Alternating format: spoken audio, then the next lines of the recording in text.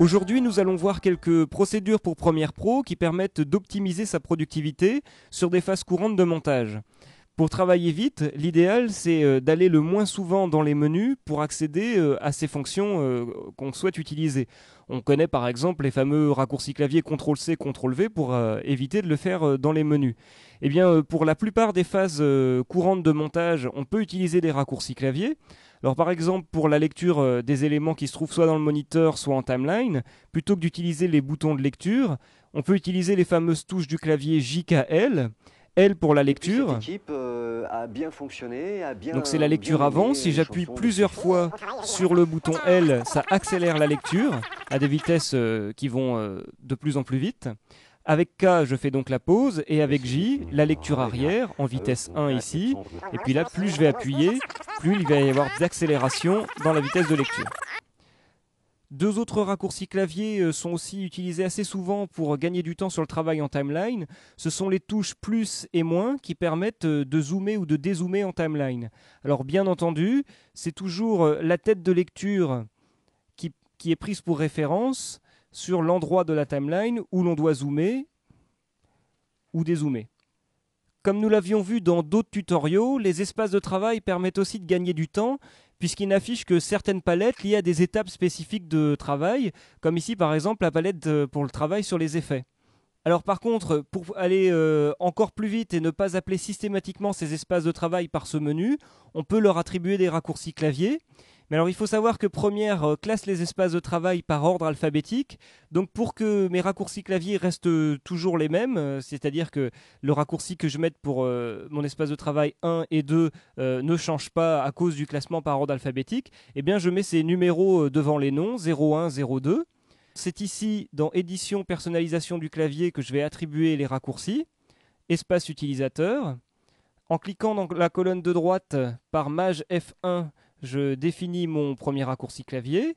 Je vais faire pareil pour les suivants. Je peux même commencer à préparer les raccourcis clavier pour mes futurs espaces de travail. On a confirmation ici des raccourcis clavier que j'ai attribués. Et donc là, si je passe par Maj F1 au clavier, je rétablis bien mon espace de travail de montage et Maj F2, celui des effets. Sur cette partie de mon montage, je suis en train de travailler sur une interview. Alors j'ai choisi de coucher en timeline toute une partie de cette interview et je vais donc aller en extraire les phrases qui sont les plus signifiantes pour mon montage. Donc je vais commencer par écouter le début de l'interview. Et puis cette équipe a bien fonctionné, a bien aimé les chansons de Steffi et on travaille régulièrement ensemble. Donc je vais prendre cette première phrase, mais je vais enlever les hésitations qu'il y a au début. Donc pour cela, je vais aller me caler très précisément en zoomant. Donc au clavier, je fais plus. Donc ici, ça me semble bien. Alors habituellement, c'est vrai que la méthode qu'on aurait tendance à utiliser, c'est d'aller prendre l'outil cutter, de venir faire une coupe. Alors, soit de resélectionner la flèche en allant la prendre dans la barre d'outils, soit avec le raccourci V, de sélectionner donc ce bout de phrase que l'on veut supprimer, de faire clic droit, supprimer et raccorder.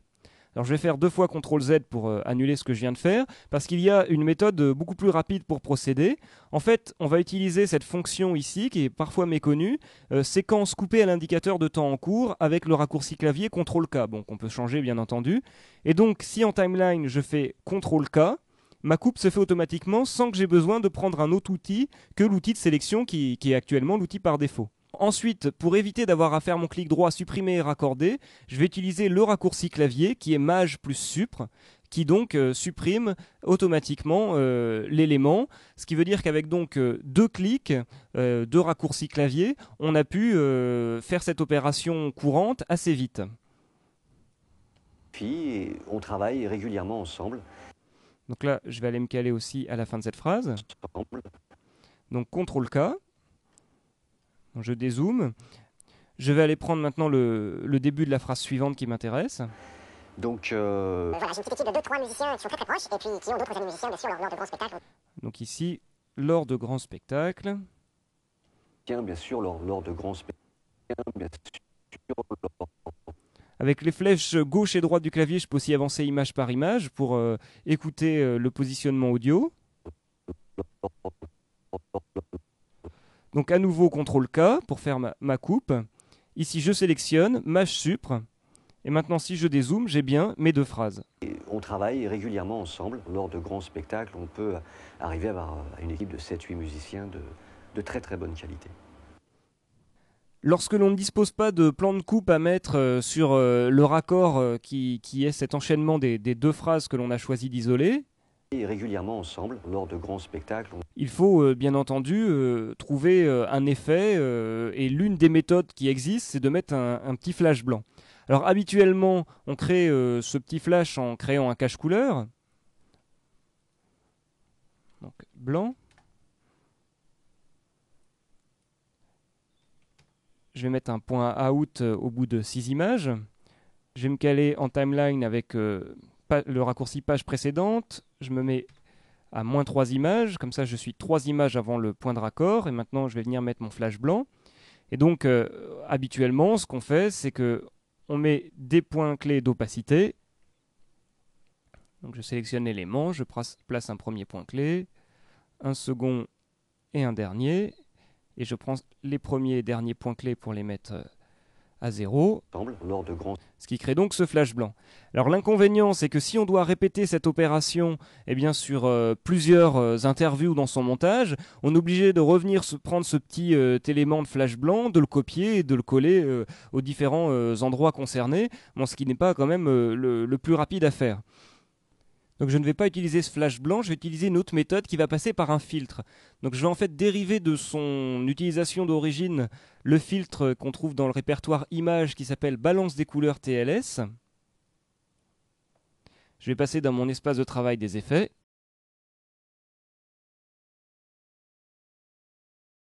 Je vais donc placer des points clés sur la valeur luminosité de ce filtre. Donc je place un premier point clé ici, je mets la valeur à 100%, ce qui crée du blanc. Je reviens 5 images avant, je place un deuxième point clé. Donc pour savoir où je suis sur ma timeline, j'ai aussi un indicateur de timecode ici. Et là, je vais revenir à 0. Ça crée donc un flash blanc qui correspond à ce qu'on veut faire pour notre enchaînement. Donc maintenant, ce que je vais faire, c'est créer une préconfiguration, c'est-à-dire mettre en mémoire ce preset d'effet. Je vais donc l'ancrer au point de sortie, c'est-à-dire que quand l'effet sera appliqué à d'autres éléments, ce qui sera pris en considération, c'est ces 5 images entre lesquelles j'ai 2 points clés, partant de 0% de luminosité à 100%. Donc je vais l'appeler flash blanc. Et maintenant, si je reviens dans mon espace de travail de montage, dans mes effets, j'ai bien cette préconfiguration flash blanc qui est utilisable en plus dans tous mes projets premiers puisque ces préconfigurations sont présentes dans le chutier des effets, quel que soit le projet premier dans lequel on est en train de travailler. Alors pour appliquer cette préconfiguration à d'autres éléments, il suffira de la prendre et de la glisser sur l'élément concerné. Ce filtre balance des couleurs TLS peut aussi permettre de faire un passage de la couleur au noir et blanc en utilisant la saturation. Ce qui fait qu'on part d'une saturation à 0 et quand on désire être en noir et blanc, on met la saturation à moins 100. Et en ce qui concerne donc les plans suivants, il suffira de leur affecter le filtre noir et blanc pour donc avoir un passage de la couleur au noir et blanc avec la vitesse qu'on souhaite, puisqu'on place ces points clés. Et ensuite, donc, les autres plans en noir et blanc derrière. On peut également gagner en productivité sur le travail avec les transitions, puisqu'on peut se définir une transition par défaut. Par exemple, si je veux que ce soit le fondu enchaîné, je vais faire un clic droit, définir la sélection comme transition par défaut. Ça va donc entourer de rouge cette transition. Dans les préférences, on peut également choisir la durée par défaut de cette transition. Là, je vais utiliser 12 images. Et donc, si on se place au point de montage en timeline, en faisant CTRL-D, qui est le raccourci clavier par défaut, eh bien, ça affectera la transition par défaut avec sa durée par défaut. Et puis Pour manipuler les éléments en timeline, il existe également un certain nombre de raccourcis clavier qui permettent vraiment de gagner du temps. Par exemple, si je veux insérer ce medley finalement entre ces deux interviews, mais bien garder mon plan de coupe calé sur cette troisième partie de l'interview, je vais le décaler en maintenant CTRL au clavier, ce qui a donc pour effet de décaler l'ensemble des éléments en faisant un insert du medley avant cette interview. Un autre raccourci clavier, CTRL plus Alt, permet d'inverser deux plans. Ici, par exemple, j'ai le guitariste, le chanteur et un clavier. Si je veux inverser le plan du clavier avec celui du guitariste, je prends l'élément donc du clavier, je le glisse avec le magnétisme, je viens le placer au début du plan du guitariste, je fais CTRL Alt au clavier et ça va faire une inversion des plans. A bien marché, et les